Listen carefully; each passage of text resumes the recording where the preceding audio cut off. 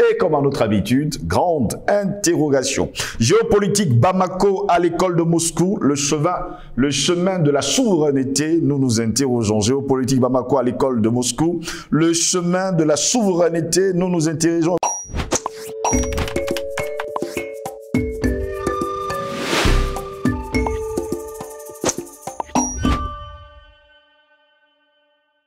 Les contes et légendes contiennent la sagesse de l'Afrique. Ils sont le voile qui recouvre les secrets de la tradition. Tous les aspects moraux, physiques, séculiers peuvent y être évoqués. Le griot, le conteur est souvent dépositaire d'un message qu'il faut écouter et comprendre. Madame, Messieurs, bon après-midi à toutes et à tous. Et bienvenue à cette autre édition de Parole panafricaniste. Pour répondre d'ailleurs à nos questions, nous sommes avec Jonathan Matengene ce matin. Jonathan Matengene, bon après-midi, bienvenue à vous. Merci mon frère Ngos. Bonjour à tous les téléspectateurs. Ils sont des milliards. Et ils ne sont pas que de simples téléspectateurs, c'est des acteurs. Le combat prend vie en eux. Le combat devient vivant grâce à eux. Nous leur disons merci et nous leur disons continuons ce combat qui bientôt va nous offrir la grande libération du continent. La grande libération du continent, c'est notre vœu le plus cher. Eh bien, géopolitique Bamako à l'école de Moscou, le chemin de la souveraineté. Ces derniers jours, Jonathan Matengene, eh bien, Bamako est en train de se faire former justement par les moscovites. À une époque, c'est comme ça qu'on disait. Mais bon, je vais dire les Russes. Et jusqu'à preuve de contraire, ils ont besoin d'une souveraineté entière et totale. Il faut les techniques. On va le dire également, les diplomates sont à l'école, les hommes de médias sont à l'école, les hommes également, on va le dire comme ça, du gouvernement sont à l'école de Moscou. Est-ce que c'est le chemin de la souveraineté? La souveraineté en tant que telle est en train d'être, est déjà conquise au niveau du Mali, pas totalement, parce qu'il y a les pans de souveraineté qui restent à conquérir, par exemple financière, oui. faut totalement la conquérir. Mais pour y parvenir, il faut créer un cadre. La souveraineté politique qui est déjà acquise permet donc de créer ce cadre. Et ce cadre se fait avec un certain type d'hommes. Des hommes qui se pensent libres, qui s'envisagent libres et qui apprennent librement dans un contexte où ils raisonnent pour la liberté et la souveraineté de leur pays. Il faut noter que la formation n'est jamais innocente. La formation. Si vous engagez l'éducation, ce que les sociologues appellent la socialisation des jeunes apprenants, lorsque vous l'engagez dans un certain type, dans une école, cette école est toujours orientée au service de l'ordre d'un pays. Or, l'école à laquelle les Maliens avaient été formés, l'école à laquelle beaucoup d'Africains francophones avaient été formés, beaucoup de fonctionnaires, ceux qui sortent des écoles surtout pour les fonctionnaires. Vous avez par exemple l'ENAM qui est toujours lié à l'ENA au Cameroun. Oui, vous avez d'autres administrations en Afrique qui sont liées à l'ENA, toujours de Paris. Vous avez également les militaires qui sont parfois formés à Paris. Vous allez remarquer que quand ils reviennent de là, ils sont orientés à une perception de l'ordre vis-à-vis, une perception de l'ordre qui est toujours en référence à la France. Ils vont toujours voir le monde sous le prisme que leur a vendu l'ENA ou bien les écoles militaires françaises. C'est le sens de l'école. Donc, l'école peut vous prédisposer à un caractère qu'on appelle la colonisabilité ou bien la colonialité. C'est-à-dire que la prédisposition à vous faire coloniser. On crée une personnalité en vous qui fait que vous êtes très réceptif aux idées que la France émet sur votre pays. Et vous allez remarquer que beaucoup de fonctionnaires qui font des stages dans le cadre de l'amélioration de leur formation, bien de la continuité de leur formation en France, quand ils reviennent, ils se mettent toujours, ils s'alignent toujours sur les référentiels de la France. Et ils essayent d'aligner les politiques publiques internes sur les référentiels de la France. C'est une prédisposition que met l'école. C'est plus puissant que simplement menacer un homme avec un fusil. Parce que cette fois-là, c'est lui-même qui se porte candidat. Et c'est lui-même qui commence à construire les cadres même de la néocolonisation. Donc, avec ces hommes-là qui étaient formés de cette manière, il était difficile d'envisager un pays africain sous le cadre de la souveraineté. Parce que ces gens n'ont pas été formés pour penser de manière souveraine. Vous allez voir un ministre des Finances qui vous dit tout le temps, il faut qu'on aille au FMI, il faut qu'on aille au FMI. Lui, il ne cherche pas d'autres bailleurs de fonds, il ne cherche jamais plusieurs solutions. Lui, ses meilleurs partenaires, c'est le FMI. Et quand il ne sait pas le FMI, il va dire, allons voir la FD, allons voir le Quai d'Orsay, allons voir les États-Unis, allons voir. C'est quelqu'un qui est dans les prédispositions de cette vision-là. Mais lorsque vous êtes formé, quand on veut reconstruire le logiciel de la liberté, il faut qu'on réadapte votre formation dans un certain cadre. Et dans une certaine mesure, les programmes comme le vôtre, les émissions et les chaînes panafricanistes ont travaillé d'abord à déconstruire cette prédisposition-là chez beaucoup d'individus, chez beaucoup de fonctionnaires. Il y en a qui ont appris maintenant à se penser dans le cadre de la liberté. Mais se penser dans le cadre de la liberté ne veut pas dire que vous êtes formé dans le cadre de la liberté. C'est ce qui se passe donc maintenant avec la Russie. Il y a un formatage qui a été fait par tout le travail que nous abattons et même les organisations de la société civile de par le continent maintenant. Au niveau du Mali, il y a une école dans laquelle on veut désormais mouler les fonctionnaires. On veut qu'ils voient le monde sous un prisme. Pourquoi la Russie? Ce n'est pas pour les aligner sur le logiciel russe. C'est pour les aligner sur un nouveau logiciel. Le monde alternatif qui est en construction se fait avec les Russes et les Chinois. C'est-à-dire que le Mali a le choix. Soit les former en Chine, soit les former en Russie. Et pour l'instant, c'est la Russie qui se prête comme étant le pays de formation. Déjà que c'est le pays qui accueille le plus d'étrangers dans le cadre des formations institutionnelles. Donc, la Russie va les former et on va les mettre dans le sillage de ce monde alternatif qui est en construction. Je prends des éléments qui vont bientôt être utilisés. Le système MIR, qui est l'alternative au SWIFT. Il faudra que le Mali commence à s'envisager dans ce système. La banque des BRICS, comment est-ce que ça fonctionne? Qu'est-ce qu'il faut retenir il faut que le Mali soit en avance, il faut que le Mali apprenne cela. L'utilisation des systèmes de défense dans le plan militaire. Ils ont acquis dernièrement des Sukhoi 25 et des L-39. Tous ces aéronefs qui arrivent là, il faut maîtriser la technologie, il faut maîtriser leur contrôle, leur entretien même, parce qu'il faut que la maintenance soit assurée par les Maliens.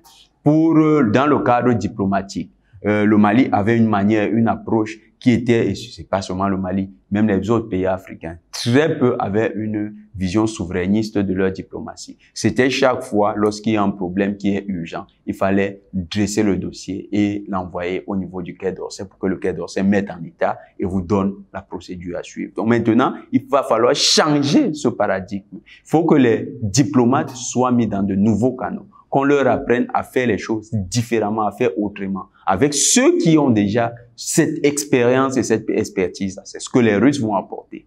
Et au niveau maintenant de la gestion de l'État, il y a beaucoup de secteurs assez sensibles où on a besoin des gens qui seront également formés dans les nouveaux logiciels. En fait, le Mali n'est pas en train d'apprendre simplement à l'école russe. Le Mali est en train d'apprendre à s'adapter au monde alternatif qui est en construction. J'ai toujours pour habitude de dire que le Mali n'a pas parlé à la France. Le Mali avait comme interlocuteur l'Occident collectif. Et la Russie l'a compris. C'est pourquoi le Mali est en train de devenir ce leader qui va être le pays qui se pense pour le monde des BRICS. C'est ce qui se passe actuellement au Mali. Toutes ces formations, c'est fabriquer un leadership malien dans le cadre de la coopération au sein des BRICS. Finalement, il faut aujourd'hui formater les esprits pour que ces esprits deviennent nationalistes, pensent d'abord au pays. Oui, il faut le faire. Il faut le faire. C'est très important. Aucune révolution ne réussit simplement par les mouvements sociaux. Les mouvements sociaux ou bien par le travail médiatique. Ça marche pour les débuts, pour la mise en action des masses. Mais maintenant, pour maintenir le pays dans un certain cap, il faut quelque chose qui soit institutionnel. Et cette chose qui est institutionnelle, c'est l'éducation. Avec l'éducation, avec la formation, on construit des personnalités qui sont des personnalités promptes à penser d'abord pour la nation. On va leur inculquer des modules de patriotisme. On va leur inculquer une manière de se percevoir dans le nouveau leadership malien dans le monde.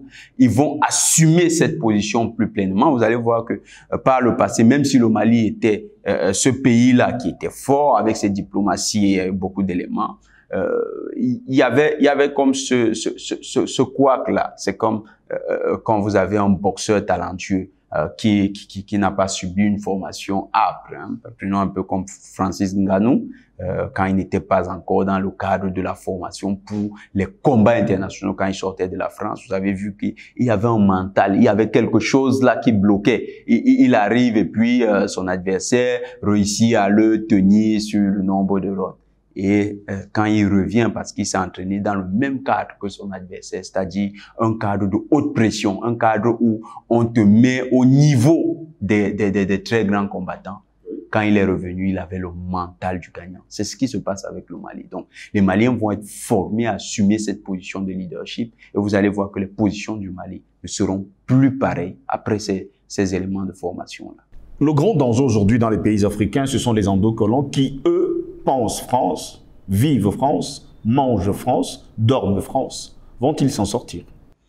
Les endocolons sont dans un rêve, ils sont sur un nuage et ils vont bientôt descendre de ce nuage. Comme le Premier ministre Choguel Kalamaïga l'avait dit, la France est un pays qui lâche en plein vol. Et ces endocolons vont être lâchés en plein vol. Ils seront obligés de revenir à la réalité et de prendre le train. Mais le train ne va pas les attendre. Le train, lui, continue. Les wagons qui sont derrière, ils vont prendre une place dans ces wagons-là et ils vont suivre le train. Parce qu'ils sauront une chose, c'est que tout est tombé. La France est aujourd'hui 13e puissance mondiale. Allez voir dans 5 ans ce que la France sera. Quand la France sera après le 50e rang mondial, je crois que ces gens vont s'éveiller de leurs rêves.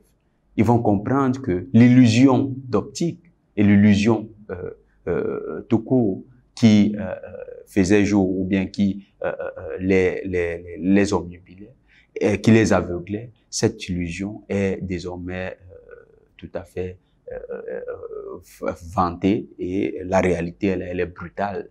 Ils sont à la queue en train de soutenir un pays qui n'est pas une véritable puissance. Et ces gens, c'est le travail même des médias occidentaux qui a réussi, mais également de l'école française, l'école que nous avons pratiquée, cette école qui fabrique la personnalité du colonisable, la personnalité d'un individu qui devient le larbin. Voilà, oui.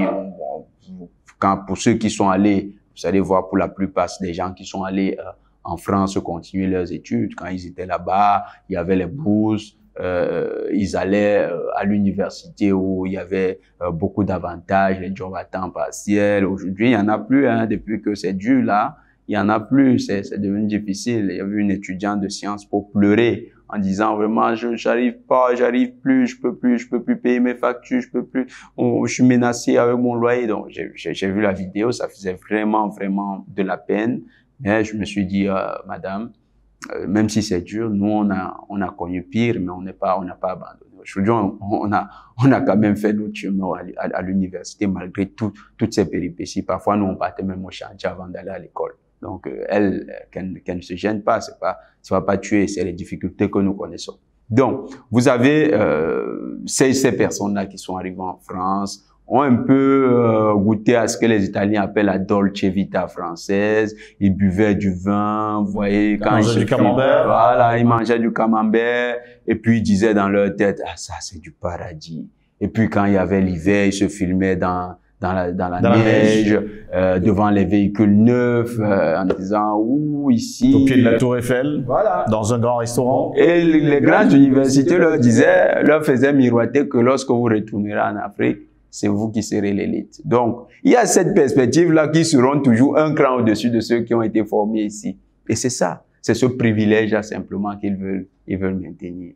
Mais ces privilèges ne pourront plus être maintenus parce que le pays qui sous-tendait ce rêve-là, lui-même, il est en pleine chute. Qu'attendent les autres pays africains pour apprendre à leurs habitants, à leur population, le nationalisme même, pour aimer leur patrie, pour aimer faire développer leur patrie et faire grandir justement les générations futur? C'est un programme qui doit être initié par beaucoup de pays.